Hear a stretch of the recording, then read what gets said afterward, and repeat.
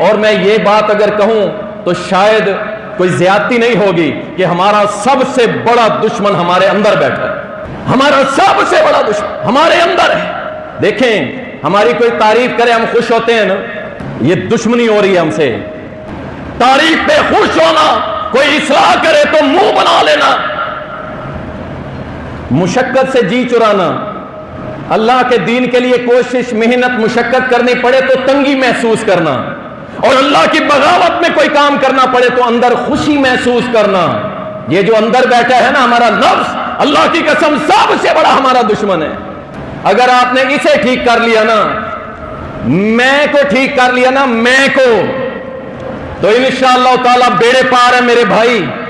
और अगर ये अंदर ही साफ ना हुआ, अंदर से पलीद है, बाहर से जितना मर्जी नेक मान जाए, अल्लाह की कसम अल्लाह की बारगाह में कामयाब होने वाला नहीं है ये।